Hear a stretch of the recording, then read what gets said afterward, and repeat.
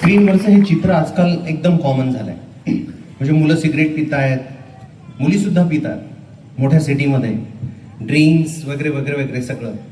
बरं, जगातल्या सगळ्यांना माहिती आहे की स्मोकिंग करणं खराब आहे, दारू पिणं खराब आहे, किंवा लग्नाच्या पूर्वी शारीरिक संबंध ठेवणं खराब आहे. तरी खरंच हा एक खूप महत्त्वाचा प्रश्न आहे की मग हे मग का बरं केलं जातं? तर it is only because of one thing, that is called as peer pressure. म्हणजे समवयस्क जी मंडळी असते त्यांचा जो दबाव येतो, दॅट इज द रिझन. आणि हा फक्त अडोलेसंटमध्ये नाही तर मोठ्यांमध्ये सुद्धा असतो. म्हणजे सपोज फॉर एक्झाम्पल तुमची संगत आहे, त्या संगतीतले 4 लोक सिगरेट पिणारे आहेत आणि एक जण आहे जो पित नाही, तर हळूहळू काय होतं देवाला माहीत, तेही सांगतो मी काय होतं ते. तर हळूहळू असं होऊन जातं की तो पण व्यक्ती त्या गोष्टीच्या मागे लागायला लागतो. मित्रांनो, ऍक्च्युली पीअर प्रेशर का केलं जातं? कारण की आपण एकटं राहायला घाबरतो. प्रत्येकाला असं वाटत असतं की मी समुदायात आहे, म्हणजे मला समुदायात राहायचं आहे. कारण की एखाद्या लाईनमध्ये उभं राहताना आपण किती वेळ राहू शकतो, पण एकटं उभं राहायला माणसाला नेहमी भीती वाटते. हे ट्रू आहे, बरोबर? आणि दॅट इज द रिझन आपल्याला असं वाटत असतं की आपण सगळ्यांकडून ऍक्सेप्ट झालं पाहिजे, म्हणून सगळे या दबावात येतात. तर पीअर प्रेशर 3 प्रकारचं असतं. तुमच्या बाळांवर याचा त्यांच्या आयुष्यात, म्हणजे तुमच्या लेकराचं आयुष्यच याच्यामुळे घडतं, म्हणून मी हा टॉपिक बोलतोय की पीअर प्रेशरमुळेच एखादा विद्यार्थी खूप मोठा होऊ शकतो किंवा त्याचं आयुष्य बर्बाद होऊ शकतं. पीअर प्रेशरचे 3 प्रकार असतात. एक असतो पॉझिटिव्ह पीअर प्रेशर, एक असतं निगेटिव्ह पीअर प्रेशर आणि एक असतं न्यूट्रल पीअर प्रेशर. म्हणजे काय आहे, तर एखाद्या स्कूलमध्ये फॉर एक्झाम्पल एखादी स्पर्धा आहे किंवा एखादं पुढचं ऑकेजन येणार आहे, तर सगळ्यांनी म्हटलं, त्या मुलाला म्हटलं, अरे ये गेम तू बहुत अच्छा खेळताय, थोडा खेळ ना तू. आणि मग तो विद्यार्थी जेव्हा त्या खेळात पुढे जातो किंवा स्कॉलरशिपच्या परीक्षेमध्ये जातो आणि त्याच्यामुळे त्याच्या आयुष्यात काहीतरी सकारात्मक घडतं, that is the positive peer pressure. मग खूपदा असं होतं की नाही, हमारे पांडर कवड़ा में एलन क्लासेस बहुत अच्छे हैं, ऐसा मैंने सुना है, या ये मूवी बहुत अच्छी है तो मैं जाके देखता हूँ. म्हणजे कोणी काहीच बोललं नाही, पण तुम्ही कुठून तरी ऐकून ती गोष्ट केली, that is called as a neutral peer pressure. म्हणजे कोणाचा काही दबाव नव्हता, पण ती गोष्ट इतरांना बघून घडली. आणि सगळ्यात बेकार गोष्ट असते, that is negative peer pressure, ज्याच्यामध्ये एखाद्या विद्यार्थ्याच्या आयुष्यामध्ये किंवा मुलीच्या किंवा मुलाच्या आयुष्यामध्ये उलटा पालत होतो. एक छोटंसं उदाहरण देतो. एक स्टोरी आहे की एक गाव होतं छोटंसं पांढरकवड्याच्या बाजूला. त्या गावामध्ये 2 मित्र होते. एक म्हणजे मोठ्या पदावरचे होते, सरपंच आणि तलाठी असं नाव द्या त्यांना. त्यांना 2 मुली होत्या छोट्याशा अगदी. त्या मुली अतिशय हुशार, म्हणजे अगदी सकाळी रोज उठलं की देवाची आरती करायची, मंदिरात जाऊन यायचं, सकाळचा गृहपाठ करायचा, स्कूलमध्ये जायचं, रोज टीका लावून जायचं, बिलकुल सगळं झालं पाहिजे. आणि 10व्या वर्गात दोघी मेरिट आले, त्यांचा सत्कार झाला.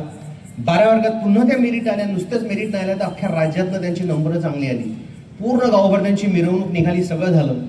मग कोणीतरी सल्ला दिला की साहेब, एवढ्या हुशार मुलींना गावात ठेवून काय करायचं, आपण असं करू ना, आपण त्यांना नागपूरला किंवा पुण्याला पाठवू, तिथे फार छान छान शाळा आणि कॉलेजेस असतात, त्याच्यामुळे त्यांचं आयुष्य सुधरून जाईल. पण त्यांचा एक मित्र होता माझ्यासारखा, तो बोलला की बाबा, असे असे धोके असतात, असं प्रॉब्लेम होतो मुलींच्या आयुष्यामध्ये, याच्याने फार प्रॉब्लेम्स येऊ शकतात. मला असं वाटतं की तुम्ही असं करा ना, तुम्ही सगळेच शिकवा, मुलींना सोबत ठेवून त्यांचं करा. पण सरपंच साहेबाला फारच गर्व आणि अगदी कॉन्फिडन्स, अरे लहानपणापासून पाहिलं या पोरीनं, इतकीशी होती तेव्हापासून, कधी आयुष्यात त्या पोरीनं सुपारीचं खांडूक खाल्लं नाही, दारू पिणाऱ्या माणसाचा चेहरा पाहिला नाही, कधी काही एखाद्या सिरियलमध्ये काही फालतू सीन आला तर पटकन बदलून टाकते, तिचे कपडे पहा किती अंगभर घालते ती पोरगी, सकाळी पूजा केल्याशिवाय आजपर्यंत ती कधी गेली नाही. मास्तर परेशान होऊन जाते की मी सांगायच्या पहिले या पोरीचा गृहपाठ झालेला आहे, ही कशी बिघडणार हो, शक्यच नाही, पॉसिबलच नाही आहे.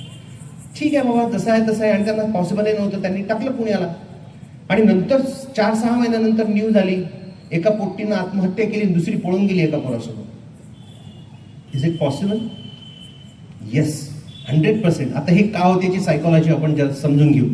काय होतं की अगदी मनाने निर्मळ स्वच्छ तुमचं लेकरू जेव्हा अशा, म्हणजे फॉर एक्झाम्पल त्या हॉस्टेलला गेलं, त्याला माहीत असते की हे पार्ट्यामध्ये जाऊन ड्रिंकिंग करणं एकदम घाण आहे, बेकार आहे बिलकुल.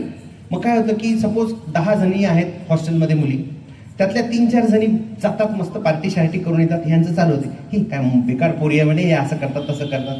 हे चालते 7, 8, 10, 15 दिवस. 15 दिवसानंतर काय होतं की त्या 15 दिवस त्यांच्याकडे अशा बघत पण नव्हत्या त्या तिकडून आल्यानंतर. 15 दिवसांनी एक छोटासा फरक पडतो की ते आता फक्त बघणं चालू करतात त्यांच्याकडे, आणि तेच खुशबूज आहे बेकार आहे म्हणून. परत 15 दिवस गेल्यानंतर काय व्हायला लागतं की आता त्या बघत होत्या, 15 दिवसानंतर व्हायला लागतं की उठून जाऊन त्यांच्यासोबत पार्टीवरून आल्यानंतर मग बोलणंही सुरू करतात. त्यांना बोलण्याने कोणता फरक पडतो, थोडासा बदल होतो. पुन्हा 15-20 दिवस गेल्यानंतर मग त्यांच्या मनात येते की यार आपण नुसतं जाऊन तर पाहू. आपल्याला तर माहीतच आहे घाणेरडं आहे हे सगळं, आपण तर करणारच नाही, आपल्याला तर कधी आयुष्यात पाहिलं नाही. जसं सिगरेट पिणारा नाही का, एक कशी घेतल्यानं काय होते त्या पद्धतीचं. असं म्हणून मग त्या फक्त उत्सुकतेपोटी जाऊन फक्त बघायला जातात. मग ते 7-8 वेळा फक्त जातात, काहीच करत नाही. मग 7-8 वेळा गेल्यानंतर त्यांची ती पण भीती निघून जाते. म्हणते एक घोट तर घेऊन पाहू, एक घोट घेतल्या थोडी सवय लागते, बरोबर. असं करता करता कधी ते ॲडिक्शनमध्ये जातात आणि कधी असंच ड्रिंकिंगचं होतं, असंच स्मोकिंगचं होतं, खर्ऱ्याचं सगळ्याचं होतं. खर्रा खाणारा पहिलं एकच सुपारीचा तुकडा फक्त उत्सुकतेपोटी तोंडात टाकतो. सो हे सांगायचं एकच रिझन आहे की जितकं मुलांसोबत वाईट घडतं त्याच्यापैकी 80% ओनस म्हणजे त्याचं जे कारण आहे ते आहे फक्त पिअर प्रेशर. म्हणजे संगत कशी आहे ह्याच्याहून कुठल्याही बाळाचं किंवा लेकराचं आयुष्य बदलतं. म्हणून तुम्हाला ही गोष्ट लक्षात ठेवणं अतिशय गरजेचं आहे की तुमचं बाळ कोणासोबत राहतं, ते मुलं कशी आहे, त्यांच्या फॅमिलीज कशा आहेत, यांची वागणूक कशी आहे. मी आता असं ऐकलं की एका मुलाचं काहीतरी आपल्या इथे काहीतरी एक डेथ झाली आणि त्याच्या वडिलाला हेच नव्हतं माहीत की आपलं लेकरू वर्षभरापासून ज्या ट्युशनला चाललं ती ट्युशन त्याला नाहीच आहे.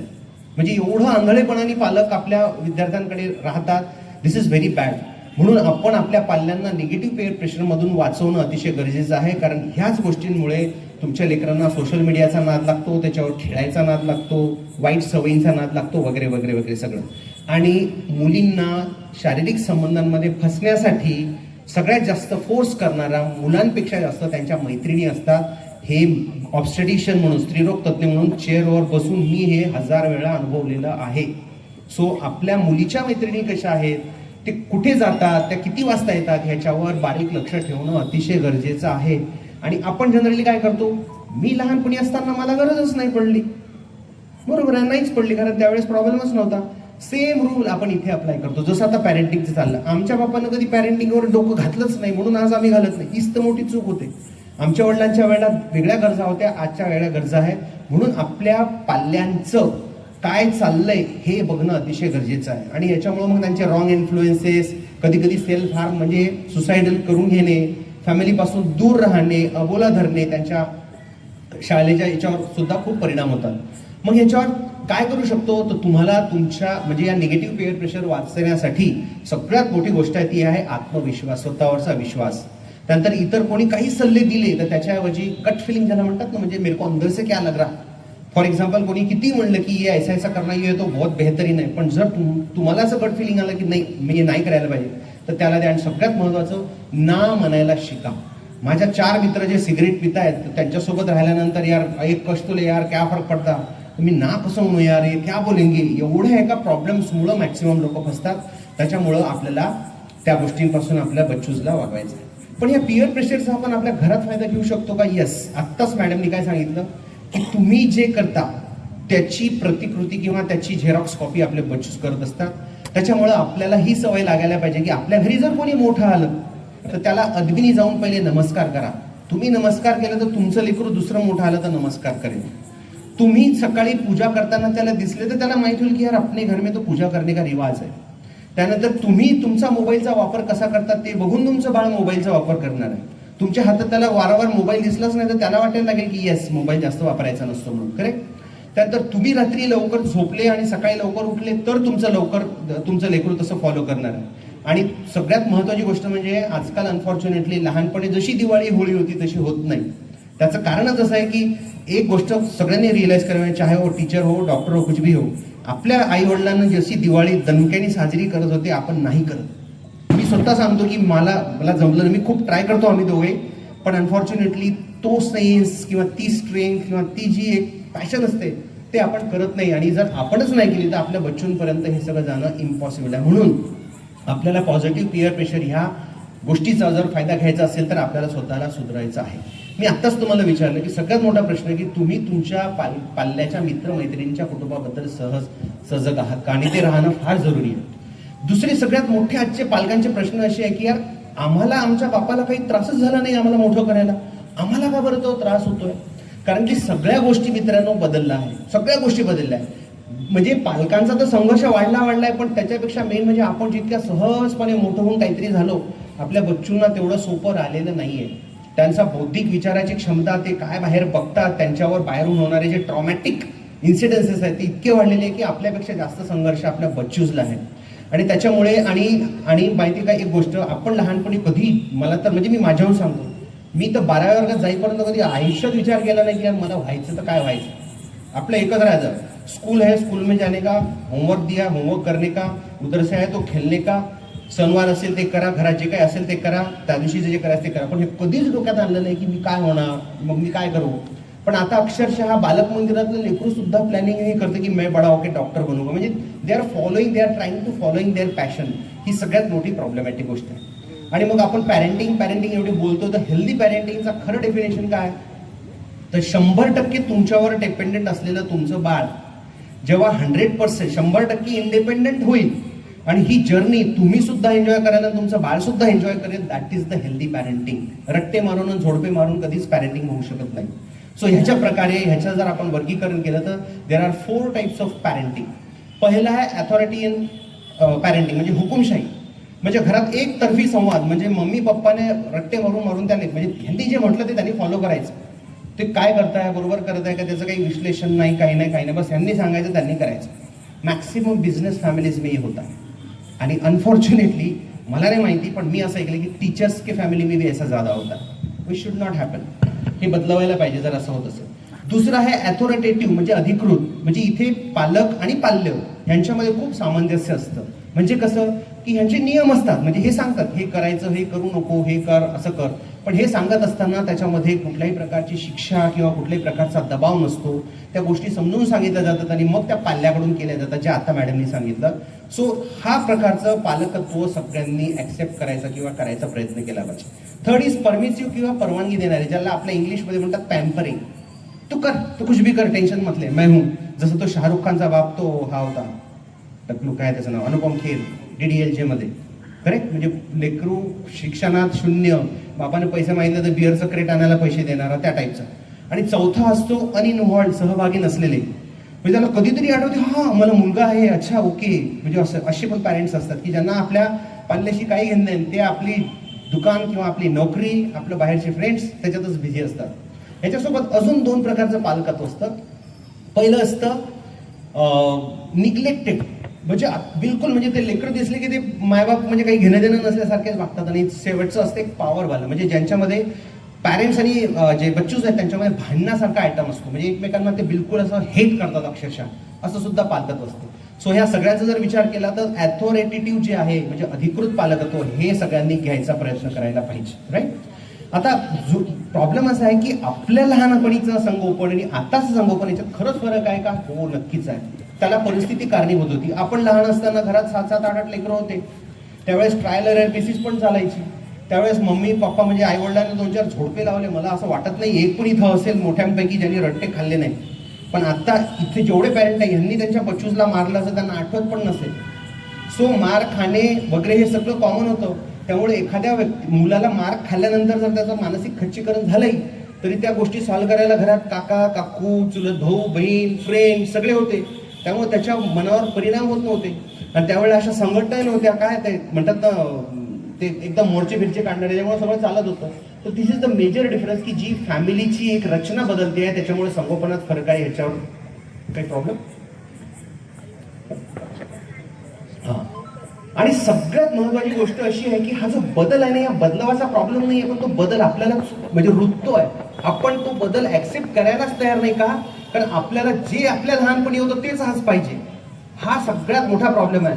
त्याच्यामुळं ॲज अ पॅरेंट प्रॉब्लेम कसा जातो, मला असं वाटतं की माझ्या मुलीने जीन्स घालू नये, मला असं वाटतं की माझ्या लेकरांनी हे करू नये ते करू नये. त्याच वेळेस त्या लेकराला वाटत असेल की यार माझ्या पप्पांनी मम्मीनी हे करावं.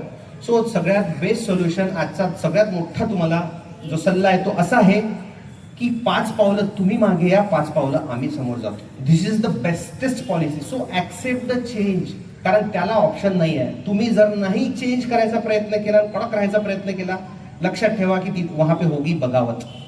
मग तिथे तुमच्या आणि तुमच्या पाल्याचं जे संबंध आहे किंवा रिलेशन आहे त्याच्यामध्ये प्रॉब्लेम होणार. आणि सगळ्यात महत्वाचं म्हणजे आपली जी आत्ताची शिक्षण प्रणाली आहे त्याच्यामध्ये एकच गोष्ट आहे, कौन सी बेस्ट डिग्री लेने की, सबसे ज्यादा पॅकिंग वाला कोणसा क्षेत्र आहे, मग तिथे ऍडमिशन कशी मिळवायची, हे सगळं. पण आपल्याला आजही रिलेशन मेंटेनन्स नावाचा प्रकार बिलकुल शिकवला जात नाही. तर मला असं वाटतं की इथे एवढे टीचर्स बसलेले आहेत, एक छोटासा सल्ला मला असा द्यावा असा वाटतो की बच्चों को बचपन से रिलेशन मेंटेनन्स, म्हणजे सगळे नातेवाईक, मित्र, बाहेरचे लोक, आपल्यापेक्षा मोठे, आपल्यापेक्षा छोटे, प्राणी मात्र, यांच्याशी सगळ्यांशी कसं वागायला पाहिजे याचं सुद्धा थोडं का होईना ट्रेनिंग द्यायला पाहिजे. कुठल्याही व्यक्तीचं जीवन ते सक्सेसफुल आहे की नाही याचे फक्त 3च निकषात लक्षात ठेवा. सगळ्यात पहिलं आणि मोठं दॅट इज हेल्थ. ह्याला आता काही चॅलेंज नाही आहे. म्हणजे छोट्यापणी मला कोणी सांगायचं की हेल्थ इज वेल्थ, मला वाटतं बकवास आहे काय की हेल्थ इज वेल्थ, मैं हेल्थ दिए तो मेरे को कोई ड्रेस थोडी देने वाला आहे. सगळ्यांना असं वाटलं की नाही शपथ सांगा. पण आता 50 क्रॉस केल्यानंतर लक्षात येते की yes, health is the biggest wealth in your life. So health सगळ्यात मोठी गोष्ट आहे आयुष्यासाठी. दुसरी आहे वेल्थ, तर पैसे की सिवा कुछ भी नहीं होता. आणि तिसरा आहे रिलेशनशिप. सो प्रॉब्लेम कुठं चाललाय की खूप पैसे मिळवण्याच्या नादात किंवा दुसऱ्याच्या नादात आपण आपल्या घरचीच रिलेशनशिप बिघडवतोय हे मोठ्यांच्या लक्षात येत नाहीये. म्हणजे मम्मी असते नोकरी करणारी, पप्पा असतात कुठेतरी जॉब करणारे किंवा डॉक्टर किंवा काहीतरी टीचर किंवा पुढारी, ते त्या बाहेरच्या गोष्टीमध्ये एवढे बिझी आहे की आपण आपल्या घरात कसं वागतो आहे ह्याच्यावर आपल्याला लक्षातच येत नाही. आपण आपल्या बच्चूसला ते मग आपणच आपल्या, जसं उदाहरणार्थ मॅडमनी सांगितलं की फोन आला की हा का, म्हणजे सपोज पुतण्याचा फोन आला की अरे काका मी येणार आहे की लगेच का, हो का, अच्छा नाही आम्ही तर सिंगापूरला चाललो, येऊ नको. असं होतं ना. दिवाळीला सपोज आत्याने फोन केला की हा दादा या भाऊबीजेला मी तुझ्याकडे येते, लगेच बाप नाही का बेटा माझं असं आहे माझं तसं आहे यावेळेस जमत नाही. बच्चा वही लेता कि अरे घर में कोई आने वाला है तो उसको टरका मैसेज दे दो. सो रिलेशनशिप मेंटेनन्स ये तो 100% माँ बाप से बच्चा शिकता है, याच्यात काहीच डाऊट नाही आहे. आणि हे पैसे कमवण्याच्या नादामध्ये त्या माणसाला हे माहीत पाहिजे असते की you are earning the money but at the what cost you are earning. तर तुम्ही तुमचे नाते संबंध खराब करून तो पैसा कमवत आहे. हे बघा, पैसे कमवण्याच्या विरोधात मी नाहीये, हजारो करोडो कमवा, पण हे कमवत असताना आपण आपले नाते खराब करत नाहीये ह्याच्यावर विशेष लक्ष द्या. आणि हे नाते म्हणजे मी बहीण भावाची गोष्ट नाही करत आहे, तुमचा मुलगा आणि मुलगी आणि तुमची पत्नी. गंमत कशी होते, माणूस बाहेर देताना बेस्ट ऑफ मी देतो, बेस्ट ऑफ यू, करेक्ट. म्हणजे जे बाहेर आपलं वागणूक असते बेस्ट ऑफ यू असते. घरी थकून बघून आलं एकदम सगळं काही लपडे लपडे करून घरात बसलं म्हशीसारखं त्या सोफ्यावर की आपल्याला रेस्ट ऑफ यू देतो, म्हणजे उरलं सुरलं. पोट्टा आलं जाय पाणी घेऊन ये, बायकोवाली बनव चहा बनव, चेहऱ्यावर एकदम घाणेरडे एक्सप्रेशन, काही म्हणजे घरात आहे की नाही कोणी याचं हे वाटत नाही. काही तर वेस्ट ऑफ यू पण देतात. म्हणजे त्यांना शिव्या द्यायचं, मारायचं, पोट्ट्याचं ते हातात रिझल्ट दिला त्याला कमी मार्क दिसले की एक गालात मारून दे, बाईला कोण जरासं चहामध्ये साखर जास्त टाकली की तिला रागून दे. सो ज्या माणसाला आयुष्यात सक्सेस व्हायचं असेल, this is for all my brothers over here, की तुम्हाला घरात जसं तुम्ही बाहेर बेस्ट ऑफ यू देता तसं सुद्धा घरात बेस्ट ऑफ यू देणं अतिशय गरजेचं आहे. आणि if you want to be having a complete and balance life, तर तुम्हाला health, wealth and relationship maintain करण्याशिवाय दुसरा कुठलाही मार्ग नाही. सो दिस इज द, म्हणजे आजचा तुमच्यासाठीचा सगळ्यात मोठा हे आहे. तर बाहेर जेव्हा जाऊ तेव्हा नक्कीच पैसे कमवा, पण फॅमिलीसाठी जो बेस्ट टाइम आहे तो तुम्हाला देणं अतिशय गरजेचं आहे. आणि मुलांकडे बघत असताना त्यांना नुसतंच शिव्या देणं किंवा मारणं हे नाही, पण डोळे वटारून बघणं किंवा त्यांच्या केलेल्या कामाला काहीतरी खोचक टॉन्ट देणं, ह्या सुद्धा खूप मोठ्या चुकीच्या गोष्टी आहेत. ह्या गोष्टी हे बच्चू आयुष्यभर कॅरी करतात. आणि तुम्हाला सांगू का एक गोष्ट, आपण बघतो ना की ओल्ड एज होम किंवा घर में बाप को बच्चा अच्छा नहीं रखता, असा माझा समज आहे. May be I may be wrong. पक्का जिस बुढ़े को घर में इज्जत नहीं मिली ना, उसने भी अपने बाप को इज्जत नहीं दी रही थी. आणि ये उसके बच्चे ने देखा हो रहा था बचपन में. म्हणून जर तुम्हाला तुमच्या म्हातारपणात तुमच्या लेकरांना चांगलं ठेवावं असं वाटत असेल, तर तुम्हाला तुमच्या आपल्या बच्चूसमोर आपल्या आईवडिलांची कदर करणं, त्यांना रिस्पेक्ट देणं. आणि एक लक्षात घ्या, जेव्हा तुम्हाला चालता येत नव्हतं तेव्हा त्यांनी हात धरून चालवलं, तर त्यांना नसेल चालता येत त्यांना मदत करा. त्यांच्या हाताने काही सांडलं गिडलं तर त्याच्यावर एकदम फटकन रिॲक्ट नको करायला. त्यांच्या आरोग्यासाठी पैसा लागत असेल तर वाटेल तेवढा खर्च करा, कारण त्यांनी सुद्धा तुमच्यासाठी केलाय. So if you are caring your old mother and father, तर तुमचे बच्चूस तुमची काळजी घेणार आहे. ह्याच्याशिवाय हे तर ट्रूथ आहे. आणि घरामध्ये कसं असतं माहिती आहे का, एक कन्सेप्ट आहे that is called as good cop and bad cop. म्हणजे काय, तर आई किंवा वडिलांपैकी एक, जसं मॅडमने सांगितलं की एक खूपच कडक असतं आणि एक साधं राहतं, राईट. याच्यामध्ये जसं उदाहरणार्थ की मला म्हणजे जसं हिवाळा आला तर मला असं वाटतं की नाही यार आईस्क्रीम कशाला खायचं, नको खाऊ, बरं. पण मम्मीला जर डायरेक्ट मुलांनी विचारलं तर मी म्हणते खाऊन घे, बघून घेऊ पुढची पुढे. असं प्रत्येक घरात कोणीतरी एक सॉफ्ट असतं आणि कोणीतरी कडक. पण ह्याच्यामध्ये ना काही काही गोष्टीचे नियम सगळ्यांनी पाळायला पाहिजे. कसे, उदाहरणार्थ की मी जर म्हटलं माझ्या बच्चूला नाही आईस्क्रीम नाही खायचं, तर मम्मीने चटकन आणून आईस्क्रीम बिलकुल द्यायचं नाही म्हणजे द्यायचं. She should follow what the papa has told. किंवा मम्मीने जर म्हटलं नाही हे खेळणं घ्यायचं नाही आहे, तो फिर पप्पा ने कुछ भी हो जाए उसको नहीं लाके देने का. तुम्हाला जेव्हा तुमच्या लेकरासमोर तुम्ही तुमच्या दुसऱ्या पार्टनरला ओव्हर पॉवरिंग करायला लागले, समझ लो की ये उसको वैसा करने वाला है, त्याला असं वाटतं की यही चीज सही है. क्यों? हीरो तो मेरे पापा है भाई, जो हीरो करता है वही मैं करूंगा, किंवा हीरोइन तो मेरी मदर है, उसने जो किया वही मुझे करना है. वो दोनों झगड़ रहे, इसका मतलब है कि हर सोल्यूशन का जो आंसर है दैट इज झगड़ा. झगड़े के सिवा ये प्रॉब्लम सॉल्व ही नहीं होता. अभी तो जिनको मैं भगवान मानता हूँ वही झगड़ रहे, वही लफड़े कर रहे, वही दूर एक दुसरे को ये कर रहे. मग याचा अर्थ की दिस इज द बेस्ट सोल्युशन असं त्या बाळाला वाटायला. सो घरच्या सगळ्यांनी मिळून आपल्या बच्चूचं संगोपन करायचं असतं. ऍक्च्युली या स्लाइड्समध्ये खूप सारं बोलण्यासारखं आहे, पण थोडासा वेळेचा इश्यू असल्यामुळे आपण थोडंसं हे करू. आणि एक गोष्ट अतिशय महत्वाची आहे की जेव्हा केव्हा आपण आनंदी होतो त्यावेळेस एक हॉर्मोन त्याला म्हणतात ऑक्सिटोसिन, ते आपल्या शरीरात रिलीज होतं. हे सगळ्यांना माहिती आहे. जसं उदाहरणार्थ तुम्ही सकाळी निघाले, एक आजोबा तिकडून येत आहे, त्यांच्या पायात चप्पल खराब आहे, तुम्ही थांबले, त्यांना एक चप्पल घेऊन दिली, तुम्हाला लक्षात येत नाही पण you start feeling something very good, जे ज्याचं एक्सप्लेनेशनच देता येत आहे. कारण अशी घटना आहे. किंवा आम्ही लोक जिममध्ये जातो, जिमवरून तिकडून आलं की we start feeling oxytocin, right. So कुठली पण दयामायाची गोष्ट केल्यानंतर आपल्या शरीरात ते हॉर्मोन सिक्रेट व्हायला लागतं, ज्याला आपण म्हणतो ऑक्सिटोसिन. तर हे ऑक्सिटोसिन रिलीज करणे आणि ते परसिव्ह करणे हे सुद्धा तुम्हाला तुमच्या पाल्याला शिकवणं अतिशय गरजेचं. मग ते कसं होतं? त्याला गाईला खाऊ घालायला लावा. घरात एखादं कुत्र किंवा मांजर किंवा काही पेट पाळले असेल तर let him take the care of that baby. कारण प्रॉब्लेम कसा होतो? दादी दे ही रही, दादाजी दे ही रहे, नानाजी दे ही रहे, नानी जी दे ही रही, माँ भी दे रही, बाप भी दे रहा, दोस्त भी दे रहे, सभी दे रहे, ये बच्चा कुछ भी नहीं दे रहा किसी को. त्याच्यामुळे याच्यामध्ये देण्याची भावनाच निर्माण होत नाही. हे खूप महत्वाचं आहे बरं. हे फारच पानसट पॉईंट घेतला जातो सगळ्यांकडून, पण हे इतकं महत्वाचं आहे. मला सांगा, ज्या लेकरांनी वयाच्या 21-20व्या वर्षापर्यंत काही दिलंच नाही, तुम्हाला वाटतं का ते आयुष्यामध्ये त्याला ही गोष्ट समजेल की देने से भी कुछ अच्छा लगता है? त्याला वाटतं की दिस इज द नॉर्मल लाईफ. म्हणून लहानपणापासून जसं हे सगळ्याच्या रिच्युअल्स आहेत ना, फालतू नाही आहे. त्या गाईला जाऊन ते हे खाऊ घालतात, लोकांना मजा वाटते, अरे उसके पीछे बहुत बडा सायन्स आहे. जेव्हा एका घरून एक व्यक्ती तयार होऊन आंघोळ करून एक बंडल घेऊन त्या गोशाळेत जातो, त्या गाईला खाऊ घालतो, जिचं काहीच घेणं देणं नाही आहे, तो उस आदमी ने अपने लाइफ के उतने मिनिट उसके लिए वेस्ट करे आणि त्याच्यामध्ये ती भावना निर्माण होते. त्या भावनेचं महत्व आहे. हे नाही की काही कोई भगवान आहे उसको हे दे रहा. सो आपल्या लेकरांना काहीतरी देण्याची सवय लावणं हे अतिशय गरजेचं आहे. कुठल्याही पद्धतीने आपण ते करू शकतो, राईट. सो आताच फॅमिलीबद्दल मॅडमनी बोललं हे. आणि सगळ्यात महत्वाची गोष्ट अशी आहे की आपण आपल्या आयुष्यात जितका संघर्ष जास्त करतो तितकं त्या गोष्टीबद्दल आपल्याला प्रेम निर्माण होते. जसं उदाहरणार्थ की आपल्या आई वडिलांनी जगण्यासाठी म्हणजे सर्वायवलसाठी संघर्ष केला, उन्होंने जिंदा रहने के लिए संघर्ष किया, बरोबर. We are struggling for success. कारण आता संघर्ष तर आपल्या आई वडिलांनी केला आहे आणि आपले लेकर काम करतील फक्त सॅटिस्फॅक्शनसाठी. म्हणजे नेमकं काय? कारण की आता जवळपास मॅक्सिमम घरामध्ये गाडी घोडा आहे, बऱ्याच जणांच्या घरी एसी आहे, कार आहे, सगळं आहे. म्हणजे आताच्या लेकरांना असं वाटायला लागलं की घर बोले तो ये सब रहता ही है, ह्याच्यासाठी काही करावंच लागत नाही, सगळं वरूनच टपकते, इसलिए वो उसके बाद का सोचने वाला है. तर अशी जर भावना राहिली तर त्याचं आयुष्य बर्बाद आहे हे समजून घ्या. म्हणून लहानपणापासून तुम्हाला बच्चूजला संघर्षमय राहण्याचं शिकवावं लागतं. ते आपोआप होणार नाही नुसतं. आणि लफडं कुठं चाललंय आता? आई वडिलांना काय वाटते? मैंने मेरे बच्चे को अलग रूम दी, मैंने मेरे बेटे के लिए अलग से एक गाडी ले ली, त्याच्यासाठी वेगळं केलं म्हणजे I am doing a good parenting. Not at all. ये करना इज नॉट अ पॅरेंटिंग. तुम्हाला त्याच्या सवयी आणि त्याचं वागणं जेव्हा तुम्ही बदलवाल that is called as a parenting. Maximum घरामध्ये आपण बघतो की बच्चों की अलग रूम, उसके लिए ये वाला बेड, उसका ये ऐसा वैसा. आपण त्याच्याशी तुम्ही काय बोलता वगैरे काहीच घेणं देणं नाही.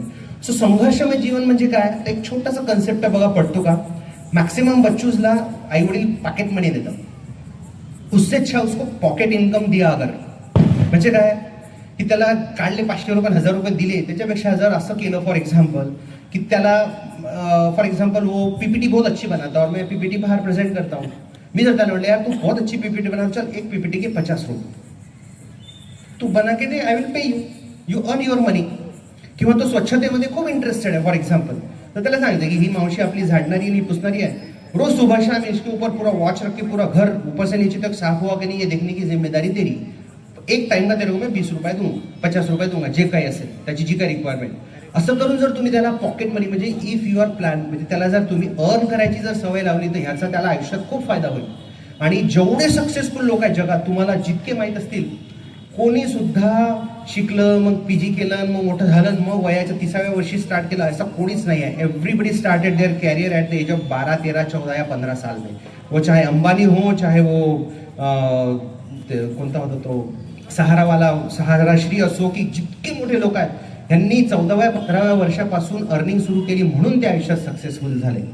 सो आजचा चौथा आणि सगळ्यात शेवटचा आणि सगळ्यात महत्त्वाचा जो टेक होम आहे तुमच्यासाठी, की there should be a rule of 7-7-7 for everybody in parenting. म्हणजे काय, तर तुमचं बाळ जन्मल्यापासून पहिले 7 वर्ष त्या बाळाच्या हृदयाचा विकास करायचा आहे, म्हणजे मानसिकतेचा विकास करायचा. म्हणजे काय, त्याच्यासोबत खूप वेळ घालवा, त्याच्यासोबत सत्य बोला, त्याला सकाळी उठवायला शिकवा, त्याला रात्री झोपायला शिकवा, त्याला काय खायचं हे शिकवा, हे सगळं करा.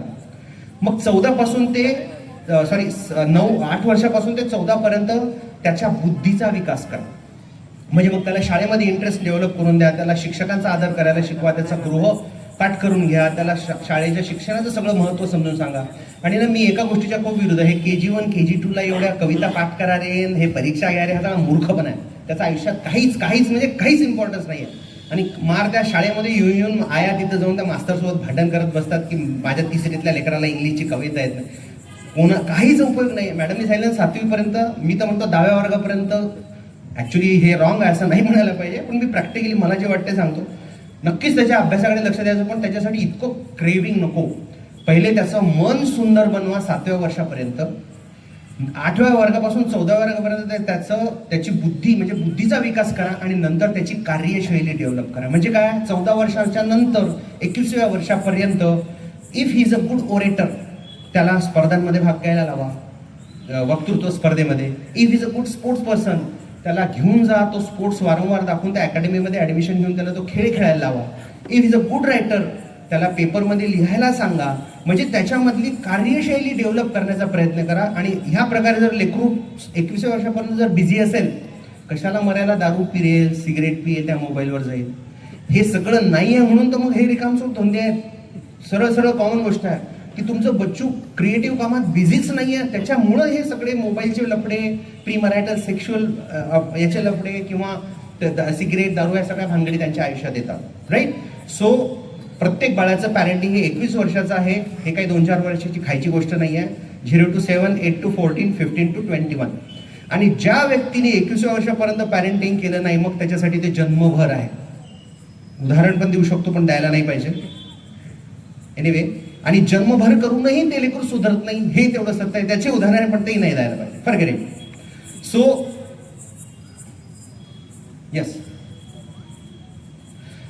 थोडक्यात म्हणजे जे काही बाळाचं संस्कार होतील हे सगळं कुटुंबाच्या वातावरणावर डिपेंड करते. आणि मी तुम्हाला हे आता सांगितलं, तर लक्षात ठेवा की बाळांना तुमच्या टॉयची नाही गरज, तुमच्या टाइमची गरज आहे.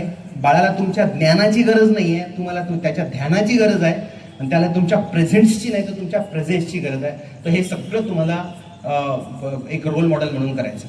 तुम्ही एक ऑब्झर्व केलं का, माकडांचा कळप असा बसलेला असतो, 2-3 प्रौढ माकडं बसलेली असतात आणि 4-5 छोटे छोटे माकडं खेळत असतात. एक माकड जातं, त्याचा कान ओढतं, त्याची शेपटी असं करतं, त्याच्या तोंडातलं ओढून घेतं, सगळं करतं, बरोबर आहे. आणि ते बाकीचे माकडं त्याच्याकडे असे बघत असतात. ही साधी गोष्ट नाही बरं. मला एक सांगा, एक छोटंसं माकड, तुम्हाला वाटत नाही तर क्या बिल्डिंगवरून खाली उडी मारायची हिंमत त्याच्यात कुठून येत असेल? विचार करून बघायचा. करेक्ट. क्योंकि उसको मालूम है कि अपने माँ बाप यहाँ पे बैठे हुए, दे आर ऑब्झर्विंग मी, ते मला खाली पडू देणार नाही. शेपटी कशी वाकवायची, कशी वापरायची, कसं धरायचं, हे बताने के लिए मेरे माँ बाप बाजू में बैठे. तो सिंह आणि ती सिंहीण बसलेली असते, ते खेळत असतात, त्यांच्यासमोर ते शिकार करतात. त्यांना माहिती आहे की मेरे को टेन्शन लेने की जरूरत नहीं. क्यों? क्योंकि मेरी मम्मी पप्पा बैठे. पण आपल्या घरात आपलं लेकरू काही करत असताना ना जवळ मम्मी असते ना पप्पा, असं म्हणायला हरकत नाही आहे की आपल्यापेक्षा जनावरांचं parenting is better. 101%. Unfortunately 25% humans किंवा माणसांचं किंवा आपलं पॅरेंटिंग ओके आहे, पण 75% पॅरेंट्सनी आपल्या लेकरांचं आयुष्य बर्बाद करून टाकलं आहे आणि हे त्यांना कळत नाही. ही सगळ्यात मोठी आयरनी आहे. आणि अजून एक छोटासा नियम आहे, रोज बरं जे खूप बिझी आहेत, आता मला कोणीतरी एक मॅडम विचारत होते की सर मी तर नोकरी करते वगैरे वगैरे. काहीच नाही, जगात सगळ्यांसाठी एक छोटासा उपाय, 21 मिनिटांचा नियम. सकाळी 7 मिनिटं सकाळी उठल्या उठल्या लेकराला द्या. त्या वेळा त्या 7 मिनिटांमध्ये फिर क्यों, आज क्या करने वाला है तू, क्या बोला है स्कूल में मम्मी टीचर ने, असं तसं पहिल्यांदा हे होईल. पण जेव्हा त्याला सवय पडेल की रोज सुबह पप्पा का ये या मम्मी का ये सवाल रहने वाला है, तर ते लेकरू काहीतरी चांगलं करण्यासाठी पहिलेच प्लॅन करून बसलेलं असं. मानता की नाही मानता? कारण त्याला सांगायचं आहे ना यार, कुछ तो बोलना है उसको, रोजच नाही पप्पा आज काहीच नाही असं थोडं म्हणणार आहे ते. जब मैं डेली पूछूंगा उसके लिए कुछ तो प्लान उसको बनाना ही पडेगा पूरे दिन में अच्छा करने का. त्यानंतर संध्याकाळी शाळेतून लेकरू घरी आलं 7च मिनिटं परत द्यायचे, सकाळची ओनली 7. आणि त्याच्यामध्ये एक नियम टाकायचा, ब्रेकफास्ट केल्याशिवाय आपल्या बच्चूला स्कूलमध्ये चुकूनही पाठवू नका. ब्रेकफास्टचं नावच आहे ब्रेकफास्ट, म्हणजे breaking of the fasting. So बगैर ब्रेकफास्ट के जो मम्मी पापा अपने बच्चों को स्कूल में भेजते हैं, they are doing injustice with that boy और गर्ल. कारण पेट्रोल नसलेली गाडी तुम्ही रेसमध्ये टाकल्यासारखी आहे ती सकाळी. त्याच्यामुळे ते जेव्हा ते प्रेयर चालते त्याच्यात अर्धे लेकर खाली पडतात, अर्धे खाली बसतात, कोणाचं लक्ष नाही. That should not happen. आणि प्रेयर ही नुसती त्या देवाची प्रार्थना नाही आहे, तर त्या प्रेयरमुळे जो माहोल क्रिएट होतो आणि तो सकारात्मक माहोल घेऊन जेव्हा शाळेत लेकरू बसतं, जेव्हा फळ्यावर टीचर शिकवते, तर त्या शिकवणीतलं 80 ते 90% त्याच्या डोक्यात घुसते. ही त्या प्रेयरची पॉवर आहे. डायरेक्ट रिक्षातून उतरलं, काही गडबडीनं आपलं अंगावर घातलं आणि पळून जाऊन बसलं. मी चॅलेंज देतो त्या 1 तासात त्या बच्चूला 10% पण समजत नसेल. कसं समजणार आहे? शक्यच नाही. माहोल के बगैर कुछ भी नहीं होता. म्हणून त्या ऑनलाईन एज्युकेशनचे 12 वाजले, कारण तिथे माहोलच नव्हता. कारण की घरून तयार होणे त्याच्यात 10% माहोल होतो, मग त्या रिक्षात बसून जाणे त्यांनी 10% माहोल होतो, त्या प्रेयरनी अजून 50% माहोल वाढतो. आणि नंतर मग जेव्हा टीचर शिकवायला लागते तर पुन्हा तुम्ही त्याच्यात समरस होता. सो कॉन्सन्ट्रेशन बढ़ाने के लिए बहुत जरुरी है. तो 7 मिनिट सुबह देना है. 7 मिनिटं स्कूलमधून तुमचं लेकरू आलं की आरामशी जे काम असेल ना, मी सांगतो जो भी काम, म्हणजे शिवाय हमारे हम ऑपरेशन छोड़ के नहीं जा सकते, ते काम बाजूला ठेवून त्याच्यासोबत बसा. पहिला प्रश्न, आज कोणती छान गोष्ट केली, एकच सांग. आज काय छान केलं? कोणाचं खोडरबर जरी उचलून दिलं असेल तरी पण ते छान. कोणाचा डब्बा जरी उचलून दिला असेल तरी पण ती चांगली गोष्ट. काय होईल की हळूहळू जेव्हा तुम्ही रोजच विचाराल ना यार तू आज काय छान केलं, तो उसको मालूम पड़ेगा सारा दिन में कुछ तो भी अच्छा करना मेरे को करना ही पड़ेगा, क्योंकि जाके मम्मी पापा को बताना. So your kid will start doing only good things. आणि तिसरे 7 मिनिटं रात्री झोपताना सोबत घेऊन झोपा. कारण रात्री डोक्यात काय विचार घेऊन लेकरू झोपलं तसं पूर्ण त्याचं सगळं रात्र जात असतं. त्यावेळेस आपण त्याला सांगू शकतो, का रे आज काय गृहपाठ होता का, झाला नाही का, मग सकाळी करायचा का. मग त्याला जर रोज पप्पा विचारायला का रे गृहपाठ होता तो झाला का, तो 2 दिन नहीं करेंगे हो, तो तीसरे दिन तो करना ही पडेगा ना, क्योंकि मालूम है क्वेश्चन पूछे जाने वाला है. आणि हे रागावून नाही करायचं, अतिशय प्रेमाने. म्हणून सकाळचे 7 मिनिटं, शाळेतून आल्यानंतर 7 मिनिटं, रात्री झोपण्याच्या पूर्वीचे 7 मिनिटं हे तुमच्या बाळाचं आयुष्य बदलून टाकतील. अजून एक नुस्खा आहे शाळेमध्ये. जेव्हा फॉर एक्झाम्पल आता मी नहाते सरांना घेतलं, डोळ्याला पट्टी बांधली, न्यूयॉर्कमध्ये सोडून एका गल्लीत सोडलं आणि म्हटलं अब ज्या न्यूयॉर्क के एअरपोर्ट पण उडकी यहाँ पे. ते भांबावून जातील 100%, पण काहीच माहित नाही. तेच मी त्यांच्या डोळ्याला पट्टी बांधली, नेऊन त्यांना नागपूरमध्ये कुठेतरी सोडलं. म्हटलं अभि तू माझ्या बिनधास्त, ते मस्त, भलेही माहित नाही नागपूर, पण रिलॅक्सली जातील, काहीतरी माहिती करून सहज येतील.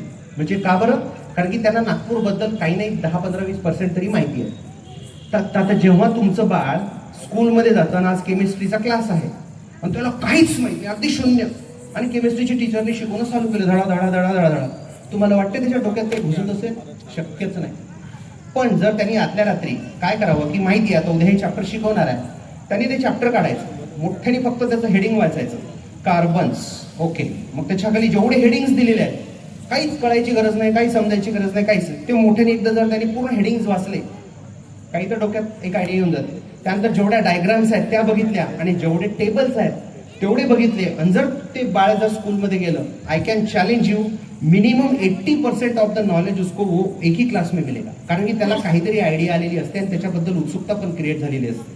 मला सांगायला आनंद होतो की माझ्या लहान भावाची मुलगी आहे नेहा, जिला ऑल इंडिया रँक 1 आला होता मागच्या वर्षी. तिचं हे टेक्निक आहे की म्हणजे क्लासला जायच्या पहिले एक नजर मारून जायचं तिथे. शी स्कोर्ड 720 आउट ऑफ 720 नीट, आणि ती पूर्ण JEE मध्ये सुद्धा पूर्ण भारतात 3री होती. So this is a time tested and verified way of studentship. तर घरी जाऊन आपल्या मुलांकडून ह्या गोष्टीचं रिहर्सल करून घ्या. काहीच नाही, हेडिंग वाचायचे, डायग्राम्स बघायच्या, त्या डायग्राम्समध्ये काय काय शब्द दिले ते वाचायचे, टेबल्स वाचायचे म्हणजे पूर्ण एक एक शब्द त्याच्यातला वाचायचा मोठ्याने. आणि सगळं अजूनही जर तुम्हाला मेरिटोरियस करायचं असेल तर ते टेबल आणि ते डायग्राम बुकवर काढायला लावा. ते लिहायला लावा, काही समजणार नाही मलाही कळतं, पण एवढं रॉ नॉलेज घेऊन जेव्हा ते बाळ क्लासमध्ये जाईल, आय कॅन वेट टू त्याचं त्या दिवशी तो चॅप्टर एंड होणार म्हणजे होणार. सो हे 3 टेक्निक्स, झिरो म्हणजे बाळाचं संगोपन कसं करायचं, 7-7 मिनिटाची रूल, आणि हे टेक्निक तुम्ही जर तुमच्या बच्चूला शिकवलं तर त्याच्या आयुष्याचं उद्धार होणार म्हणजे होणार. Now coming to last part of our talk, that is social media. गंमत अशी आहे की मोबाईल खराब झाला तर लेकरं बाकी काय म्हणतात, मुलानं मोबाईल बिघडवलं, लेकरू बिघडलं तर काय म्हणतात, मोबाईलला लेकरू बिघडवलं.